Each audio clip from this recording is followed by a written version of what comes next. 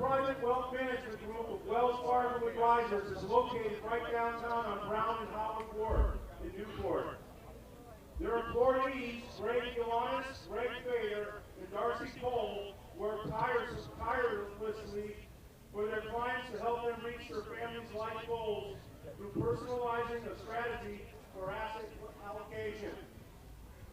Our friends at Gilanis Wealth wanted to find a creative way to honor our American heroes for their great commitment to keeping us safe, but also because many of their clients are members of the police and fire departments.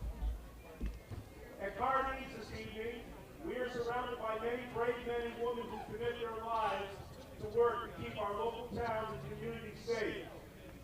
Please give a warm Carnegie welcome and thank you to all of our police officers, our firemen, and our EMT who are out with us tonight.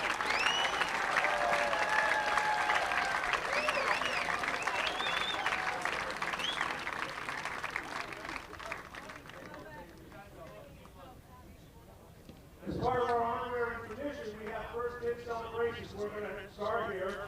And first, I'd like to introduce Chris Gilanis from Gilanis Health Wealth Management. Chris is the managing director of Gilanis Private Wealth Management Group. As a certified financial planner and the branch manager, he oversees all team wealth management activities. Chris is also a retired lieutenant colonel, having spent 21 years on active duty in the U.S. Air Force and the Reserves. Chris and his team are proud to support tonight our American heroes. Chris, give it a shot. Chris, up from the mound. You can do it.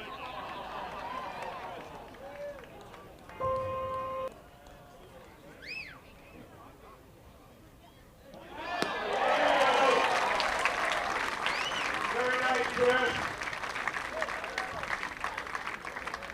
Next, I'd like to introduce Greg Fader Jr. Greg's professional career has been dedicated to building lifelong relationships, providing premium service to his customers, and helping them achieve their goals. Greg was also a 4-year student athlete at Villanova University and was honored as a Big East academic team member and captain of the men's baseball team. But the most important thing tonight, folks, is Greg Fader was the catcher on our first team here in Newport in 2001, bring home the championship. And he came back the next summer and did the same thing as the catcher of our 2002 championship team. Welcome home, Greg Fader.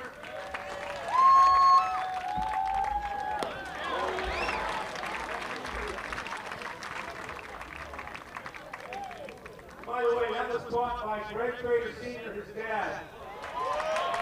He was the board of director for the Newport Gulls. He also played baseball and was a catcher at Villanova. Now I'd like to introduce Newport Police Department Chief Duffy. Come on up, Chief.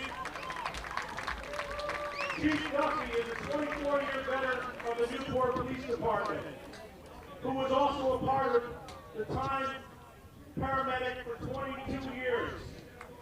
He was appointed by the city of Newport as the police chief on June 29th of 2023 and appointed as the director of public safety. He is at the helm of our city's law enforcement agency, employing 130 of the most dedicated sworn and civilian staff protecting and serving our great city of Newport. Chief.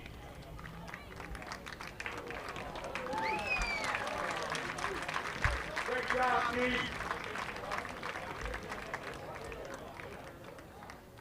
Next, I'd like to invite up to the mound the Newport Fire Department, Chief Donnelly.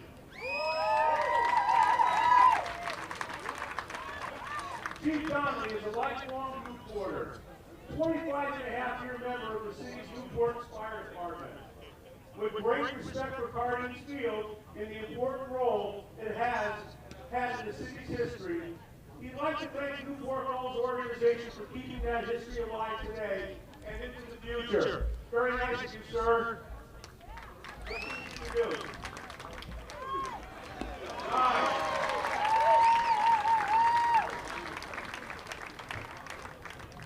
Thank you, Chief Garland. Next, I'd like to invite up Middletown's Police Department Captain Ferrier.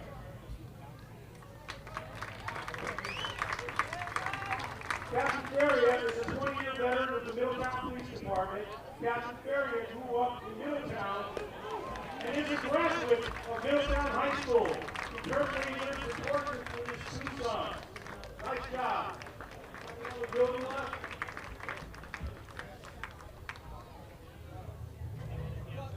Next, I'd like to introduce Francis Police Department Captain Carnevale. Captain Carnevale is 32 years as a Francis police officer, currently serves as a uniformed division commander.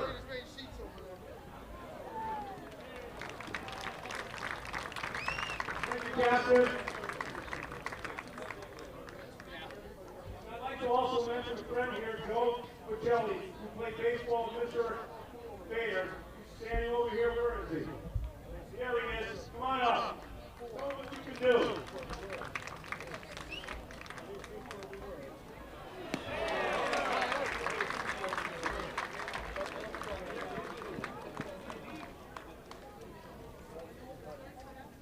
So folks, we often have over the course of the season our goals return back to the nest.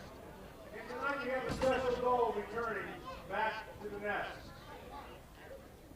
In 2005, Danny Otero played his college baseball at Duke University and finished with the University of South Florida. In 2005, Danny put together one of the most impressive seasons as a starter in NACBL history. In 2005, he was 7-1 with a 1.18 ERA. He threw 74 innings that summer. He struck out 69 batters and he only walked 4. In the championship game against the Vermont Mountaineers, he threw a complete game, giving up only 2 hits and 12 strikeouts with 1 walk.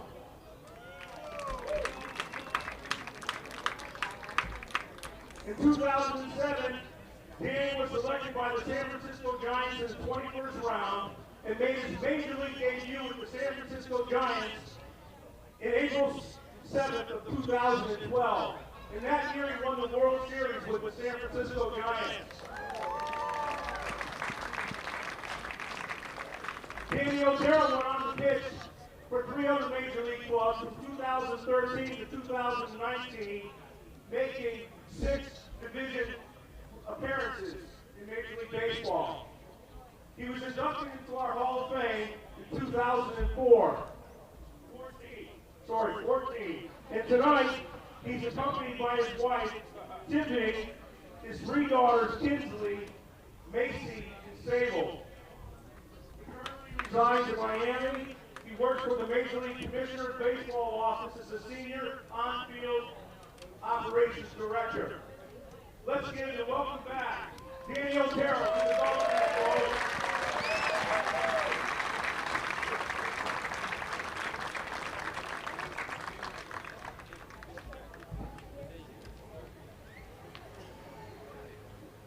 Now I'd like to ask you all to stand and move your caps. Rise as our colors are presented today by multiple departments as we enter the field.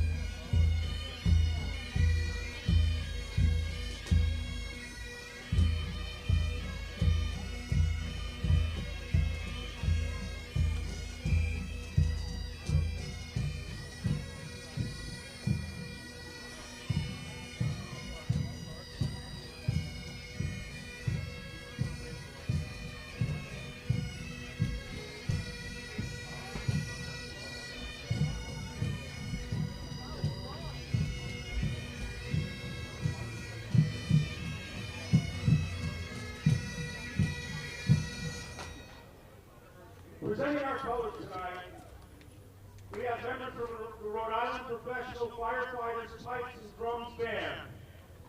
We have the Rhode Island State Police. We have the Massachusetts State Police. We have the Boston Fire Department. The Newport Fire Department. Yes.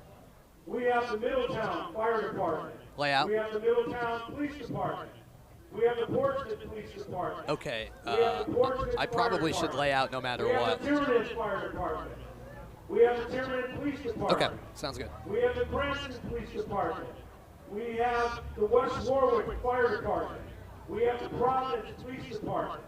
We have the East Providence Police Department. We have the Jackson Police Department. We have the Western Police Department. We have the Rhode Island Department of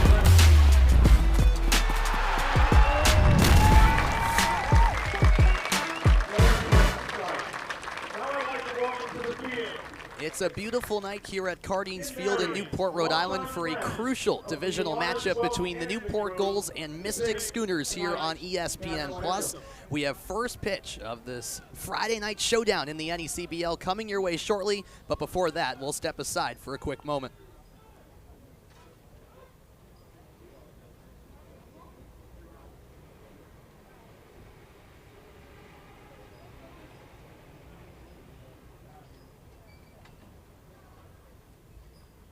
Oh, say, can you see by the dawn's early light what the proudly we hailed at the twilight's last gleaming, whose broad stripes and bright stars through the perilous fight, all the ramparts we watched were so gallantly streaming, and the rockets ran the most bursting in air, gave proof through the night that our flag was still there.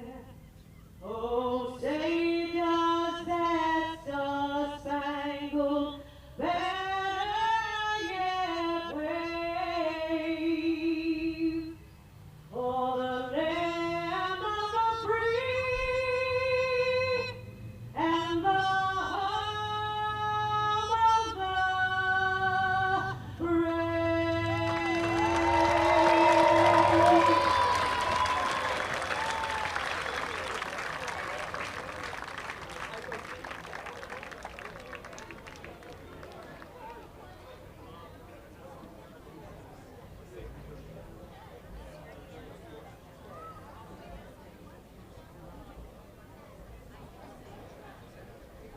We are back here at Cardines Field, a beautiful night for baseball in Newport, Rhode Island between the Gulls and the Schooners here on ESPN+, alongside Riley Daniel and Mystic broadcaster for the week anyway, Nathan Robillard. I'm Sam Reese. We're pleased that you are joining us tonight for this pivotal showdown. We're now just a few days out from the All-Star break here in the NECBL, which means we're winding down here in the 2024 season and heading towards that stretch where the standings become all the more important, and each game has a big say in terms of the playoff implications. And I'll go to you first, Nathan, because heading into the day, Mystic just 2.5 games back of Newport in the Coastal Division standings. These two teams also face off 3 more times after tonight down the final stretch of the regular season.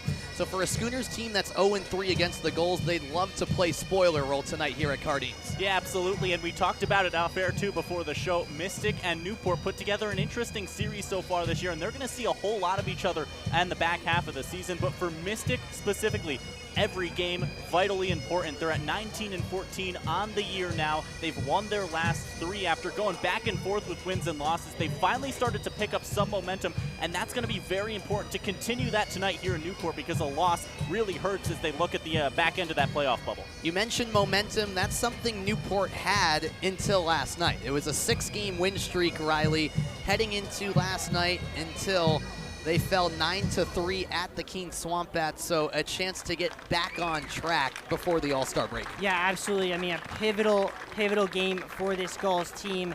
They know what it takes, and they know just how tight these Coastal Division standings are. A 2.5 game lead over Mystic.